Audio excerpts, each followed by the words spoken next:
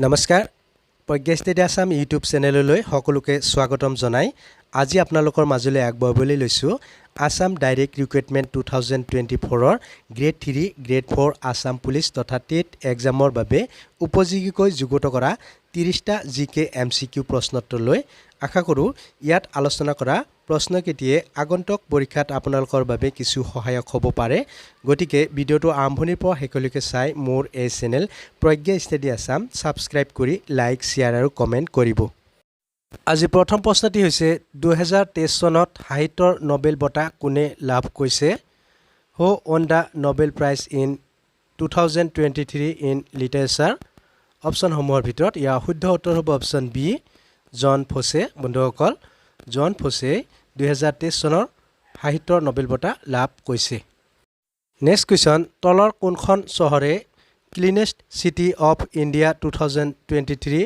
খিতাপ লাভ কৰে Which among the following cities own the title Cleanest City of India 2023?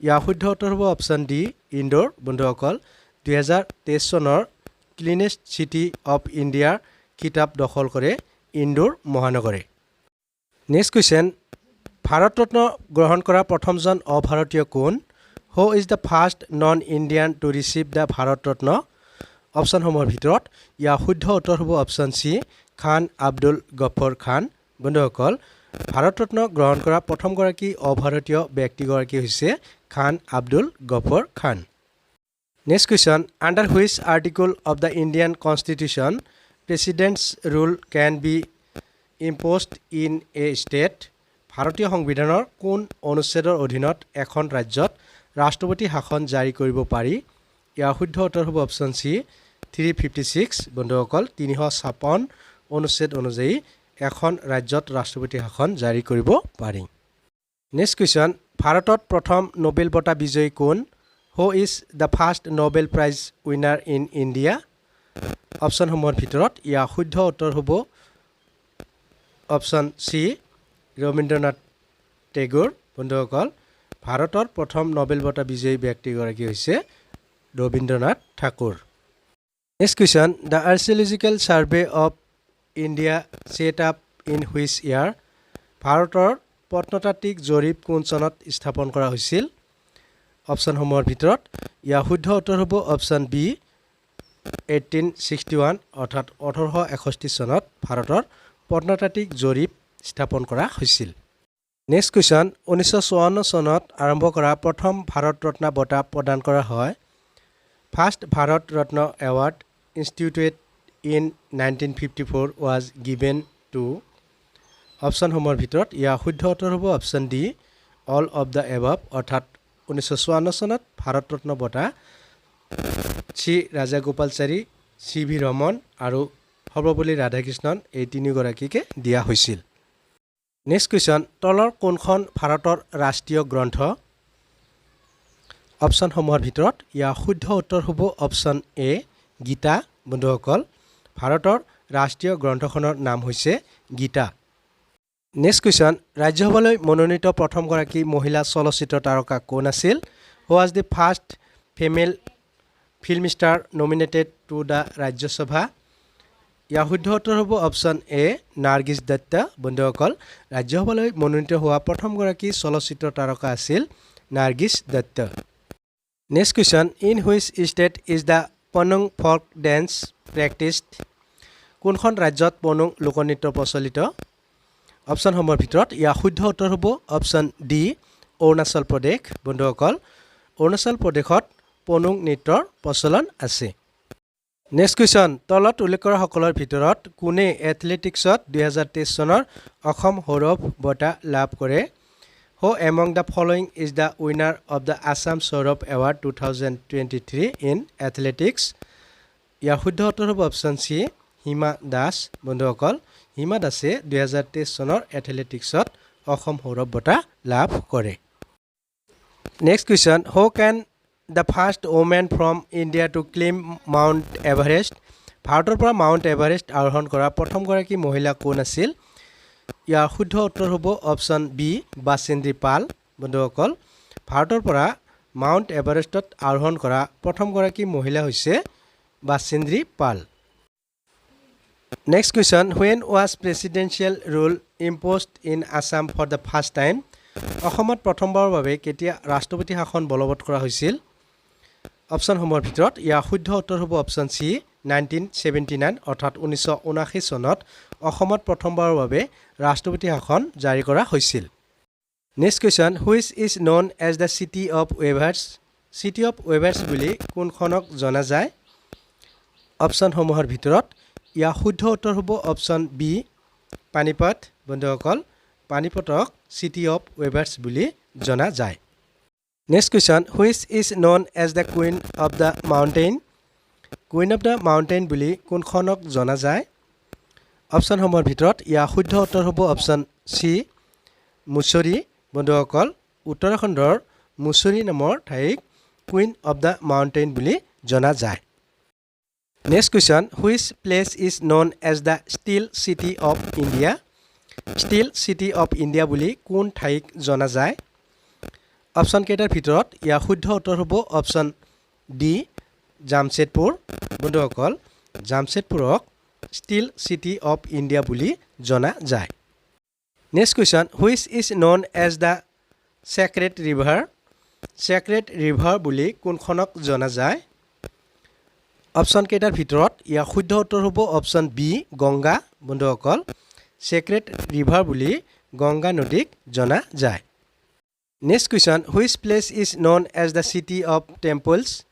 City of temples বুলি কোনখন ঠাইক জনা যায়? অপশ্যনসমূহৰ ভিতৰত ইয়াৰ শুদ্ধ উত্তৰ হ'ব অপশ্যন এ বাৰাণসী। বন্ধুসকল, বাৰাণসীক চিটি অফ টেম্পল বুলিও জনা যায়। Next question, which place is known as Hollywood of India? Hollywood of India বুলি কোন ঠাইক জনা যায়? অপশ্যন কেইটাৰ ভিতৰত ইয়াৰ শুদ্ধ উত্তৰ হ'ব অপশ্যন ডি মুম্বাই। বন্ধুসকল, হলিউড অফ ইণ্ডিয়া বুলি মুম্বাই চহৰক জনা যায়। Next question, which place is known as the city of release? City of release বুলি কোন ঠাইক জনা যায়? অপশ্যন কেইটাৰ ভিতৰত ইয়াৰ শুদ্ধ উত্তৰ হ'ব অপশ্যন এ নিউ দিল্লী। বন্ধুসকল, চিটি অফ ৰিলিজ বুলি নিউ দিল্লীক অৰ্থাৎ নতুন দিল্লীক জনা যায়। Next question, which place is known as the city of castles? City of castles বুলি কোন ঠাইক জনা যায়? অপশ্যনসমূহৰ ভিতৰত ইয়াৰ শুদ্ধ উত্তৰ হ'ব অপশ্যন এ কলকাতা। বন্ধুসকল, চিটি অফ castles বুলি কলকাতাক জনা যায়। Next question, which place is called the abode of the god? Abode of the god বুলি কোনখন ঠাইক কোৱা হয়? অপশ্যন কেইটাৰ ভিতৰত ইয়াৰ শুদ্ধ উত্তৰ হ'ব অপশ্যন চি প্ৰয়াগ এলাহাবাদ। বন্ধুসকল, এলাহাবাদৰ প্ৰয়াগ চহৰক abode of the god বুলি কোৱা হয়। Next question, which place is known as the state of five rivers? State of five rivers অৰ্থাৎ পঞ্চ নদীৰ দেশ বুলি কোনখন ঠাইক জনা যায়? অপশ্যন কেইটাৰ ভিতৰত ইয়াৰ শুদ্ধ উত্তৰ হ'ব অপশ্যন এ পঞ্জাৱ। বন্ধুসকল, পঞ্জাৱক ষ্টেট অফ ফাইভ ৰিভাৰ্ছ বুলি কোৱা হয়। Next question, since which year has the Indira Gandhi National Environment Award been given? কোন চনৰ পৰা ইন্দিৰা গান্ধী ৰাষ্ট্ৰীয় পৰ্যবেক্ষণ পুৰস্কাৰ দি অহা হৈছে? অপশ্যন কেইটাৰ ভিতৰত ইয়াৰ শুদ্ধ উত্তৰ হ'ব অপশ্যন চি 1987 অৰ্থাৎ 1987 চনৰ পৰা ইন্দিৰা গান্ধী ৰাষ্ট্ৰীয় পৰ্যাবৰণ পুৰস্কাৰ দি অহা হৈছে। Next question, which place is called Pittsburgh of India? Pittsburgh of India বুলি কোনখন ঠাইক কোৱা হয়? অপশ্যনসমূহৰ ভিতৰত ইয়াৰ শুদ্ধ উত্তৰ হ'ব অপশ্যন ডি জামছেদপুৰ। বন্ধুসকল, পিটছবাৰ্গ অফ ইণ্ডিয়া বুলি জামছেদপুৰক কোৱা হয়। Next question, which of the following is a right bank tributary of the river Brahmaputra? তলত উল্লেখ কৰা কোনখন ব্ৰহ্মপুত্ৰৰ সোঁফালেৰে বৈ যোৱা এখন উপনদী? ইয়াৰ শুদ্ধ উত্তৰ হ'ব অপশ্যন বি বেকী। বন্ধুসকল, ব্ৰহ্মপুত্ৰৰ সোঁফালেৰে বৈ যোৱা এখন উপনদীৰ নাম হৈছে Beki. Next question, how much land of Assam has been occupied by forest? অসমৰ কিমান শতাংশ মাটি বনাঞ্চলে আগুৰি আছে? ইয়াৰ শুদ্ধ উত্তৰ হ'ব অপশ্যন ডি 34.21%, অৰ্থাৎ 34.21% মাটি অসমৰ বনাঞ্চলে আগুৰি আছে। নেক্সট কুৱেশ্যন, কপৌ ফুল foxtail orchid is adopted as the state flower of Assam on কপৌ ফুলক অসমৰ ৰাজ্যিক ফুল ৰূপে কেতিয়া গ্ৰহণ কৰা হৈছিল? অপশ্যনসমূহৰ ভিতৰত ইয়াৰ শুদ্ধ উত্তৰ হ'ব অপশ্যন এ 4 এপ্ৰিল 2003, অৰ্থাৎ 4 এপ্ৰিল 2003 তাৰিখে কপৌ ফুলক অসমৰ ৰাজ্যিক ফুল ৰূপে গ্ৰহণ কৰা হৈছিল। Next question, which of the following areas in Assam is known for feral horses? অসমৰ নিম্নলিখিত কোনখন এলেকা ফেৰেল ঘোঁৰাৰ বাবে জনাজাত? ইয়াৰ শুদ্ধ উত্তৰ হ'ব option C Dibru-Saikhowa national park. বন্ধুসকল, ডিব্ৰু-ছৈখোৱা ৰাষ্ট্ৰীয় উদ্যানখন ফেৰেল ঘোঁৰাৰ বাবে বিখ্যাত। Next question, which district of Assam has the highest number of T gardens? অসমৰ কোনখন জিলাত চাহ বাগিচাৰ সংখ্যা সৰ্বাধিক? অপশ্যনসমূহৰ ভিতৰত ইয়াৰ শুদ্ধ উত্তৰ হ'ব অপশ্যন ডি ডিব্ৰুগড়। বন্ধুসকল, অসমৰ ডিব্ৰুগড় জিলাত আটাইতকৈ বেছি সংখ্যক চাহ বাগিচা আছে। বন্ধুসকল, ভিডিঅ'টো চাই কেনে লাগিল লাইক কমেণ্ট যোগে জনাব। এনেধৰণৰ নতুন নতুন ভিডিঅ' পাই থাকিবলৈ এতিয়া ইউটিউবলৈ গৈ ছাবস্ক্ৰাইব কৰক প্ৰজ্ঞা ষ্টাডি আছাম। পুনৰ নতুন এটি ভিডিঅ'ৰ সৈতে আপোনালোকক লগ পোৱাৰ প্ৰতিশ্ৰুতিৰে আজিলৈ ইমানতে সামৰণি মাৰিছোঁ। ধন্যবাদ।